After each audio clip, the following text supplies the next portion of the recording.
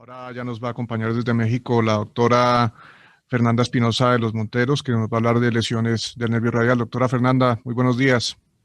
Hola, buenos días. Deje compartir la pantalla. Sí, por favor. Aquí. Creo que ahí está, ¿verdad? Ya está, sí, perfecto. Ok, listo. Bueno, muchas gracias por la invitación.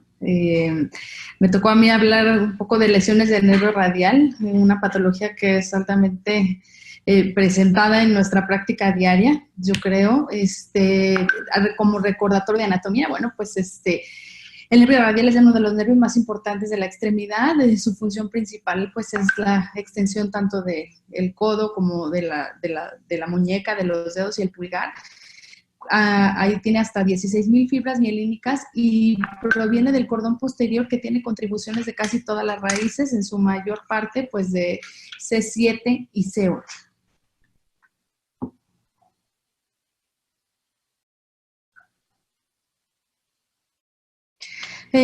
Las primeras ramas que emite el nervio radial, bueno, pues van a ser las del tríceps, de ahí su importancia para la clasificación del tipo de lesiones y pues del diagnóstico de la zona de la lesión. Después de las ramas del tríceps, algo importante a saber es que después de donde entra en el canal de torsión, casi hay una distancia de hasta 18 centímetros, que equivaldría a 180 días, si es que contamos de 1 milímetro por día. De ahí también la importancia para ver por qué puede tardarse tanto en recuperar y qué tanto expectativa podríamos tener en cada paciente. Ya después del codo, pues bueno, es importante saber que hay la división entre el interóseo posterior y la rama sensitiva, porque también esto va a ser de vital importancia para clasificar el tipo de las lesiones y las opciones de tratamiento que podemos dar. Ahora, en cuanto a la epidemiología, sabemos que hasta el 12%, incluso hay publicaciones que mencionan que son más, de las fracturas de la diáfisis humeral pueden presentar una lesión de nervio radial. También hay causas iatrogénicas, de las cuales está descrito que mayormente se presenta como complicación en el abordaje lateral después de una fractura de húmero, incluso en una reducción de una fractura de húmero más con clavo centromedular, esto por también la distracción, y en el caso de la fijación externa. En cuanto a los niveles de lesión, pues bueno, hay quienes clasifican como lesiones altas y bajas. Hay últimamente una controversia en eso, pero si se prefiere dividirlo en 4 niveles. El nivel 1, donde es una lesión que está por debajo de la clavícula, pero antes de la división de las ramas del tríceps. Por lo tanto, esto va a ser pacientes que tienen una afectación de todas las funciones del radial, incluyendo la extensión del codo. Es el nivel 2, donde es después del canal de torsión. El nivel 3, que es importante, ¿por qué? Porque es entre el septum y la articulación del codo, y aquí los pacientes pueden tener variación entre que si tengan o no extensión de muñeca, y esto es que si la tienen, bueno, van a tener una desviación radial muy marcada, ya que la rama va a estar intacta. Y el nivel 4, pues son las que son distales a la rama motora y solamente van a tener una pérdida de la función de los dedos y del pulgar. Como ejemplos, bueno, pues este es un paciente con una lesión múltiple o mixta que vimos en la clínica de Torreón, pero bueno, él, además de una herida circunferencial, una fractura de húmero y tener lesión para la flexión de codo, no tiene un tríceps bueno, no tiene tampoco una muñeca funcional, ni dedos ni pulgar. En el caso del 2, bueno, pues es la que es un poco más clásica, en el que no hay extensión tampoco de dedos, ni de pulgar, ni de muñeca. Como decíamos, en el nivel 4, bueno, como se observa en la imagen inferior del lado derecho, pues es un paciente que no tiene función para la extensión de los dedos y del pulgar, pero que tiene una desviación radial sumamente marcada para la extensión. Y el nivel 4, pues un paciente con una lesión solamente por debajo del codo, del poro interóseo posterior, en donde tiene una extensión de muñeca, tanto eliminando la gravedad como contra gravedad, pero sin función para la extensión de dedos y de pulgar. Pues que los pacientes con lesiones de radial, pues bueno, hay diferentes artículos o publicaciones que dicen que, bueno, tienen cierto grado de recuperación. Hay diferentes factores que pueden ser predictivos para esto. Esto, sobre todo, más que la edad, sería el tamaño de la lesión y el desplazamiento de la fractura. Hay otros variantes, pero generalmente, pues bueno, no había o no existía un algoritmo de tratamiento como para seguirlo o decir exactamente cuánto tiempo. Incluso ha habido pacientes que pueden tardar hasta 6 meses en tener una recuperación completa en el caso de lesiones leves. Ahora, si hablamos de que tenemos lesiones abiertas o cerradas, pues las lesiones abiertas quizá diríamos que siempre pues la indicación es explorar. Y si estamos en 3 panoramas diferentes, que encontráramos una lesión del nervio, ya sea cortante, contundente o por tracción, pues el tratamiento depende de cada una de estas. En el caso de las lesiones cortantes, pues siempre pues la reparación sin tensión y un seguimiento hasta por 8 meses, por lo mismo que decíamos de la distancia para la recuperación, el pulgar, el último en recuperarse, o el extensor propio del índice. Si no hay una recuperación en este tiempo, un túnel que avanza, pues entonces es mejor pasarnos a las transferencias nerviosas o tendinosas como parte de nuestro tratamiento. Si no hay una recuperación, pues es solamente esperar el seguimiento. En el caso de la mayoría de las lesiones, pues que son contundentes, aquí, bueno, generalmente requiere una resección de la zona de lesión con un injerto. Depende también del tipo o el tamaño del injerto y de nuestro lecho, sobre todo, que eso es muy importante, es lo que va a ser nuestra decisión entre si se injerta o se hacen transferencias nerviosas, siguiendo igual el mismo patrón de seguimiento entre la recuperación o el pasar a las transferencias.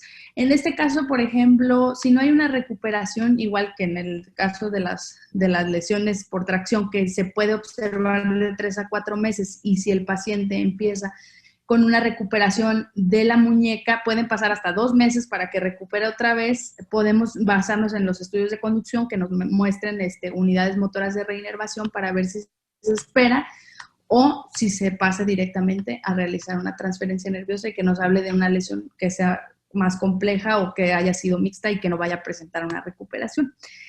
Ya en el caso de las lesiones cerradas, pues bueno, es lo mismo, hay que hacer una observación y ir siguiendo el paciente, depende la evolución que presente, y basarnos también únicamente en los estudios de conducción nerviosa, sobre todo para las motoras neuronas de René, para ver si habrá una recuperación o no, o si pasamos directamente a un tratamiento quirúrgico. Ahora, la literatura dice que, bueno, se ha hecho la reconstrucción del nervio radial desde hace muchos años. El último artículo publicado por el doctor Bertelli, él menciona que la reconstrucción no tiene tan buenos resultados, sobre todo para la función de los dedos y del pulgar. Él reporta que solamente 5 de 13 pacientes tuvieron, y que él sugiere mejor realizar una técnica combinada de transferencias tendinosas y nerviosas, ya que no logramos los resultados esperados. Hay casos que sí pueden suceder, digo, este es un ejemplo de un paciente, sin embargo, bueno, él es un paciente pediátrico en el cual, si se observa después del injerto, sí se logra una recuperación completa, pero también estamos hablando de que la distancia es más corta y pues su capacidad de regeneración también es distinta. Mismo caso con una paciente también adolescente que tuvo una lesión por una introducción del chance dentro del nervio, el cual después del tiempo hubo necesidad de resecarlo, y el cual también tuvo una recuperación aceptable, el pulgar aún con falta de un poco de extensión, pero sin tener necesidad de hacer ningún otro procedimiento. Ahora, a veces también en los pacientes con reconstrucción usamos un principio que es el de la férula interna. Este principio fue acuñado por Burkhalter desde 1974, en el que, bueno, él describía hacer una transferencia temprana del pronador redondo para eliminar la necesidad de utilizar una férula, y esto dándole tiempo a que el paciente reinervara, o si no reinervaba, ya tenía esta función o uso de la extremidad. Incluso también se ha reportado y se ha visto que se utiliza de manera simultánea, y que sí en los pacientes es útil. Ahora, en cuanto a las transferencias nerviosas, esto ha sido de las últimas cosas que se han estado utilizando. También estas se han escrito también desde hace ya varios años. La primera que se publicó más o menos fue en el 2003 por la doctora Susan McKinnon, que años después reportó un poco de como cambio en la técnica, porque inicialmente utilizaba la rama del palmaris longus, después evolucionó para usar la rama del flexor digital superficial y del flexor carpi radialis, reportando buenos resultados. Esa es la que generalmente más se utiliza. Posteriormente, y durante este año, el doctor Bertelli reporta también que a veces, como comentábamos, no hay unos buenos resultados, sobre todo en la función o en la manera en la que se reinerva el pulgar o los dedos, pero en este caso el pulgar, en la que él hace una transferencia directa de la rama del interoso anterior o del pronador cuadrado, como se observa en la imagen inferior izquierda, para pasarla a las ramas directas de los extensores del pulgar y obtener un movimiento independiente. Igual también de esta forma publicó la transferencia directa de la rama del pronador redondo, que tiene dos ramas, una distal y una proximal, para reinervar directamente al extensor carpi radialis brevis, también como se muestra en la animación que tengo en la parte de abajo. Y bueno, él mismo también, como hablábamos del pulgar, ¿no? Hay que tener especial atención a la función del pulgar. Él hace mucha énfasis en que, que los pacientes con reconstrucción tienen menor recuperación, pero los pacientes con transferencias nerviosas tienen mejor recuperación y mejor función en cuanto a la extensión metacarpofalángica y quizá del pulgar. Hay que tener en cuenta lo que decíamos sobre el pulgar y que hay otras opciones también de reinervación. En ocasiones es necesario combinar transferencias tendinosas con transferencias nerviosas. Pues es solamente un caso clínico de un paciente con una luxación de codo. Fue atendido en otro hospital. Se le colocó un fijador estático, después uno dinámico. Durante el transoperatorio se hizo una exploración de nervio radial, pero a nivel proximal, donde el nervio aparentemente se observó íntegro. Sin embargo, el paciente 4 meses posteriores a la lesión no tiene función de nervio radial, incluyendo la muñeca. A la hora de hacer la exploración, pues se observa una lesión a nivel del interóseo posterior muy severa con un tejido cicatrizal alrededor y no había un buen lecho, por lo que se decidió hacer monitoreo transoperatorio para poder hacer las transferencias nerviosas del flexor distal superficial para el interóseo y el flexor carpi radial para el extensor carpi radial. Este es otro paciente al cual también se le hicieron las transferencias nerviosas debido a que llegó 6 meses posteriores a la lesión. Fue una lesión iatrogénica posterior a la colocación de un clavo. Se le hicieron las transferencias. Este es el paciente 5 meses después. No ha logrado independencia completa de la extensión del pulgar, como comentábamos anteriormente. Le gana un poquito la flexión y no alcanza a extender. Sin embargo, bueno, pues funcionalmente para él, en estos momentos es útil, sin embargo, bueno, requiere ajuste de esta situación. Y en cuanto a las transferencias tendinosas, pues bueno, hay varias que han descrito desde siempre. Este último artículo solamente reporta que, bueno, que hay varias cosas a tomar en cuenta. Una, que tanta movilidad tiene la muñeca del paciente, si el flexor carpulnar es importante en sus actividades de la vida diaria, si tiene palmar y si lo que queremos es darle una importancia al pulgar para que sea independiente, porque incluso hay transferencias como las descritas por Al-Katan en la que solamente se utiliza un tendón para dar función al pulgar y a los 4 dedos y no podemos tener un pulgar independiente. Hay muchas modificaciones en las que se han hecho descripciones incluso de transferencias del pronador para el extensor y después balancearlo con el extensor carpulnar, esto para no tener una desviación también, o incluso hasta transferencias para lograr independencia con los flexores digitales superficiales, en los cuales se pasa uno por cada tendón, y sabiendo que, bueno, podemos lograr también incluso haciendo un adecuado balance, bueno, una transferencia tendinosa teniendo una independencia. Este es un paciente al cual se le hizo solamente transferencias tendinosas, para pulgar, extensor común de los dedos y extensor propio del índice, más el de la muñeca, y el paciente, bueno, tiene una función que es un poco más independiente en la nota.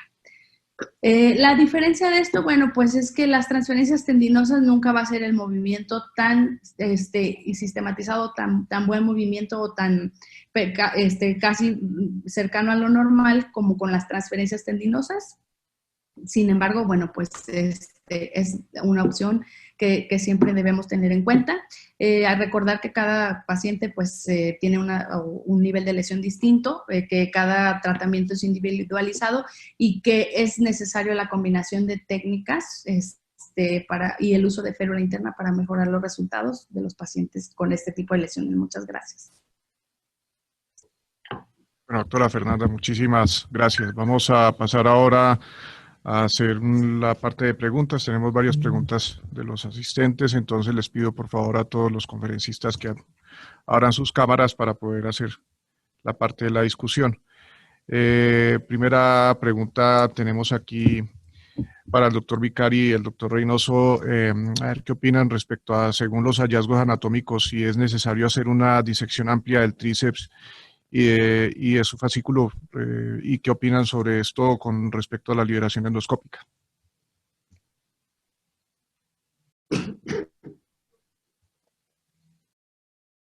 Por favor, abran micrófonos.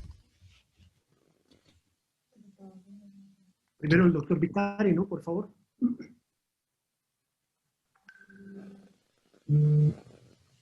Buenas tardes. Pero le puedo comentar que nosotros aquí en Venezuela, dada una cantidad de situaciones, no somos tan agresivos con ese tipo de tratamiento para evitar consecuencias de repente un poco mayores referente al tipo de disección. Y de verdad que opinar algún tipo de experiencia no tengo la experiencia como tal con los pacientes atendidos por nosotros a ese nivel. No sé qué puedo opinar el doctor Reynoso. Sí, eran dos cosas, la disección amplia y lo otro, ¿me recuerdas? Era Endoscópica, la liberación endoscópica. Bien, existe algo que se llama clínica, que es básico. Es decir, yo tengo que reproducir lo que el paciente me viene a consultar y yo tengo que hacer maniobras evocativas y ubicar clínicamente dónde está el nivel de compresión.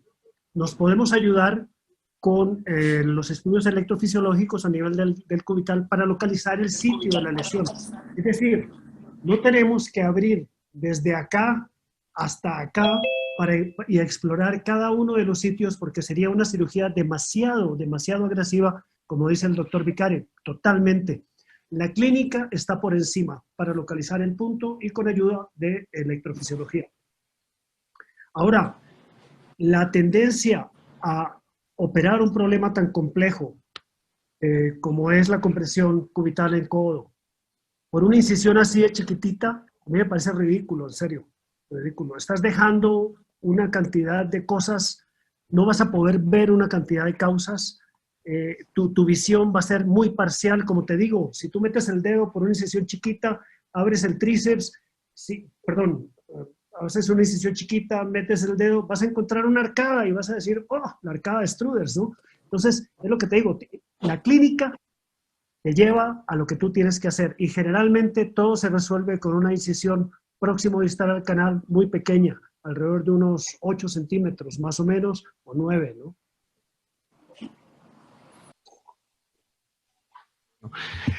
Otra pregunta que nos envían aquí, bueno, algo parecido respecto a lo que ya nos dijo, pero igual quieren saber sobre cuando se hace la transposición del nervio, si no se hace liberación de la arcada de Struders y la arcada de los flexores cuando se hace la transposición del nervio, si no genera posteriormente una compresión también del nervio.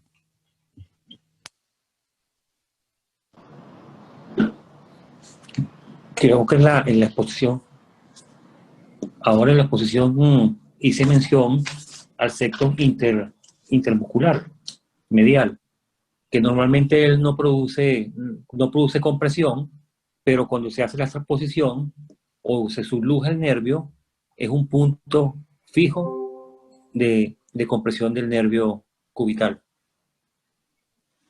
Se puede convertir después en el postoperatorio o en un sitio de compresión. Bien, yo creo que la única forma realmente que el nervio es comprimido en estos casos realmente en la vida práctica, es que si yo hago una transposición anterior, el nervio puede hacer un kinking, un doblamiento sobre el ligamento braquial interno si no lo seccionamos. Eso es algo que dijo Spinner desde 1976 y yo creo que es totalmente válido. Esa es una de las buenas cosas que ha dicho Spinner, eso es cierto. O sea, ojo, cuando se hace transposición, que no haga kinking, doblamiento, aquí en este punto, sobre el ligamento braquial interno. Eso es lo práctico que puedo transmitir.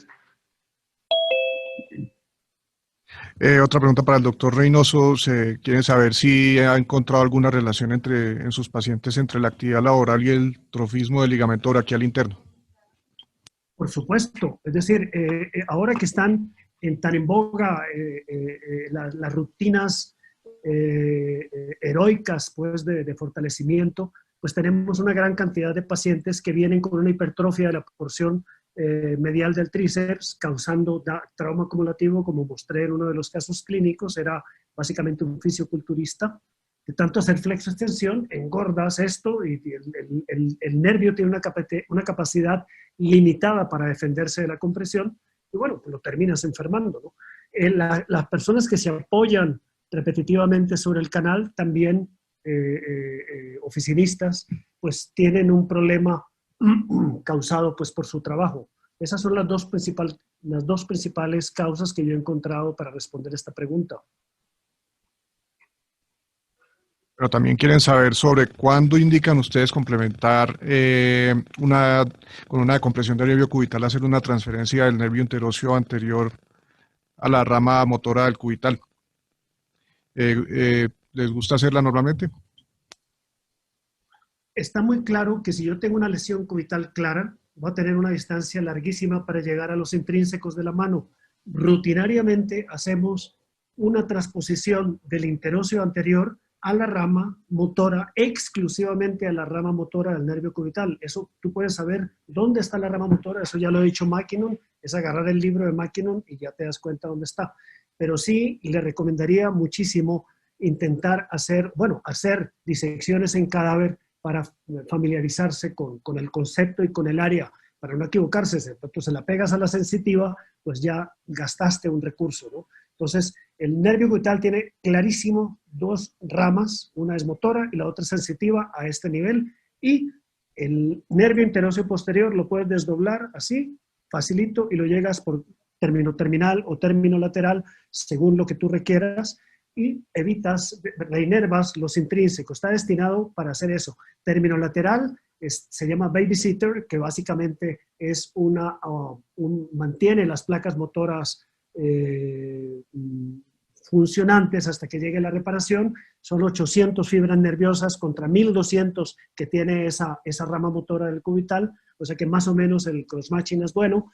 Entonces es un procedimiento efectivo, incluso hecho término lateralmente, para inervar distalmente a la mano. Los intrínsecos de la mano inervados por el cubital.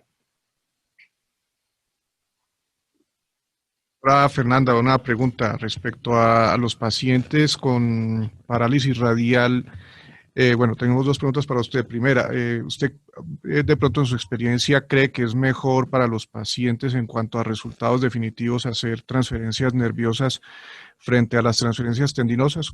¿Cuál ha sido su experiencia al respecto? O sea, mejor en las transferencias nerviosas que las tendinosas, sí, en el paciente que sea adecuado. A veces sí hacemos combinación de tendinosas con nerviosas. Solas las tendinosas no hemos tenido malos resultados, pero esas solamente las hacemos en pacientes que ya tienen mucho tiempo, que ya no hay opciones de reconstrucción o de transferencias nerviosas, o que no hayan tenido una recuperación. Más resultados que la reconstrucción como tal, no. Hay pacientes que tienen reconstrucciones de nervio radial que no han tenido injertos tan grandes y que han tenido también buenos resultados, eso sí podría decir. No sé si esa era la pregunta. Sí, y respecto a cuando hace las transferencias nerviosas, ¿hace también la férula interna con el pronator inmediatamente también en estos casos? A veces sí usamos, sobre todo, incluso hasta en las reconstrucciones, como férula interna sí hacemos eventualmente esa transferencia también, sí. Obviamente si es una lesión baja, que donde tengan nada más, o sea, que la muñeca esté funcionando bien y que solamente se hagan las transferencias para el teroso posterior y para el pulgar, no. Doctor Cristian, ¿usted qué opina de las transferencias nerviosas supercargadas para cuando tiene casos recidivantes en pacientes de compresión de nervio mediano? Hacer transferencias para la recidiva, dices tú. En realidad, si es que el nervio está con un déficit, que es motor muy marcado, bueno, no hay otra opción. Pero la verdad es que uno puede llegar antes. Si uno efectivamente está controlando a los pacientes, lo evalúa y haces una buena liberación, la mayoría de esos nervios se libera y la compresión está por el fenómeno inflamatorio. Entonces puedes tener una muy buena recuperación sin necesidad de que llegar a una transferencia. Pero yo creo que pasan a ser excepción, no debieran ser de rutina. ¿He visto alguna vez que de pronto alguna de estas casos de síndrome de túnel de carpo recurrente no tanto sea por un problema ahí, sino precisamente un caso no diagnosticado y un opérculo torácico, como lo que nos habló ahorita el doctor Reynoso? Es que yo creo que, a ver, vuelvo un poco a lo que también decía el doctor Reynoso. Aquí la clínica es clave. Si uno solo se dedica a preguntarle al paciente, y que nos pasa mucho acá en Chile, que en 5, en 10 minutos uno le pregunta, señor, ¿por qué viene? Mire, ¿sabe qué? Me duelen las manos, se me adormecen. Hagas una electromiografía y opero el examen de la electromiografía en que el paciente no fue realmente evaluado en toda su clínica, sí podemos encontrarnos con opérculos. Son más escasos. He tenido un par de casos de pacientes que han estado en tratamiento por tendinitis, pasaron a ser neuropatías compresivas y al final efectivamente eran un opérculo. Pero cuando uno hace un examen, realmente un examen clínico del paciente, va a ver qué es lo que el paciente tiene, qué le reproduce. Hay diferencias muy importantes entre un opérculo y una compresión alta, donde voy a tener más de un signo, a ir a evaluar específicamente el nervio mediano, que tiene características específicas cuando es el túnel carpiano y diferentes cuando son del pronador también. Entonces la clínica es lo que va a mandar ahí. ¿Te puedo aportar algo? Eso, por supuesto. El 30% de los pacientes que operamos por salida torácica neurogénica tienen un síndrome de double crush y principalmente en el nervio mediano o en el nervio cubital en segundo lugar.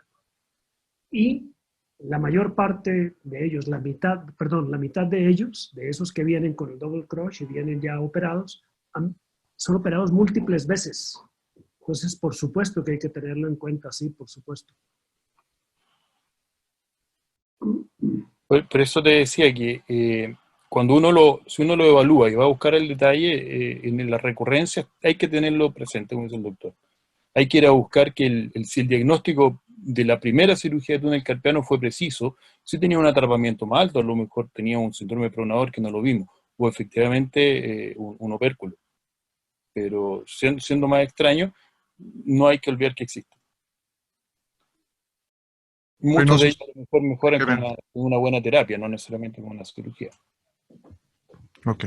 Doctor Reynoso, ¿quieren conocer su opinión acerca del músculo anconio medial accesorio en el rol del canal cubital? Sí, nunca lo he visto causando una compresión. En mi casuística no lo tengo, pero está descrito. Sí. Es más, en disecciones realmente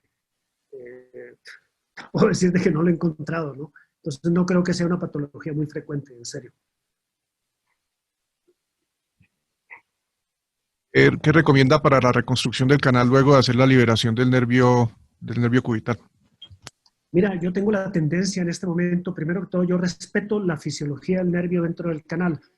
Tengo que mantener la movilidad y para eso, cuando hay una compresión, tengo que generar espacio. Entonces, yo estoy retirando, cuando hay compresión por la porción medial del tríceps, la quito, aprovecho esa inserción tendinosa que tiene esa porción medial del tríceps que está hipertrofiada, solo la hipertrofiada, sin debilitar el tendón.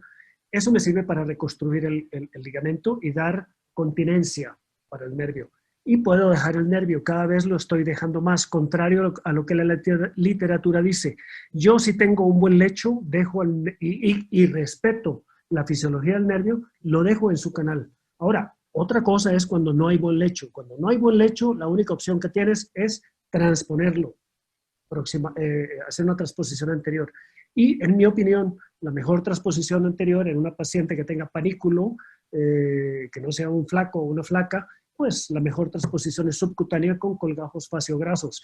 Si es un flaco o una flaca, pues hay que ponerlo debajo del músculo, muy ampliamente hacer la disección y respetar lo que dijo Spinner, evitar el doblamiento, el kinking acá con el ligamento braquial interno, hay que quitar eso, quitar esa posibilidad. Me queda tiempo ya para una última pregunta, pero esta pregunta es, preguntan sobre cómo accedió para poder hacer las disecciones de los primates y si tiene de pronto las publicaciones, que dónde puede tener acceso a estas. Estoy trabajando en eso y consulté a expertos en Brasil, que son los verdaderos expertos en primates, realmente están en Brasil en este momento publicando una cantidad de cosas interesantísimas sobre filogenia. Realmente la filogenia de muchos problemas humanos los entiendes echándole una mirada a los primates. Tuvimos una suerte, una fortuna. Yo soy asesor de un zoológico y les opero, yo creo que hice el primer colgajo de perforantes en un chimpancé para cubrir un defecto crural que tenía el chimpancé. Entonces, gente muy agradecida me tuvo en cuenta para cuando fueron muriendo estos animalitos, pues los fui disecando, ¿no? Durante un periodo de 3 años estuvieron en un mal periodo de ellos porque se les murió un gorila, una chimpancé, un mono patas, un mono cara roja y un macaco brasilero, ¿no? Entonces fue pura suerte. Y las publicaciones, pues forzosamente tengo que sacarlas porque son conceptos muy nuevos que yo tengo bueno, tengo que exponer esa idea que tengo, ¿no? Y realmente puede ser útil y puede resolver controversias. Entonces realmente, pero quiero sacar un producto sólido, no quiero hacer charlatanería por publicar. Bueno, ya con esto damos conclusión a nuestro módulo de compresiones nerviosas. A todos los conferencistas, doctor Vicari, doctora Espinosa, doctor Lules, doctor Reynoso, muchísimas gracias por haber estado en este módulo. La verdad fue bastante enriquecedor, unas conferencias excelentes y les deseo a todos un muy buen día.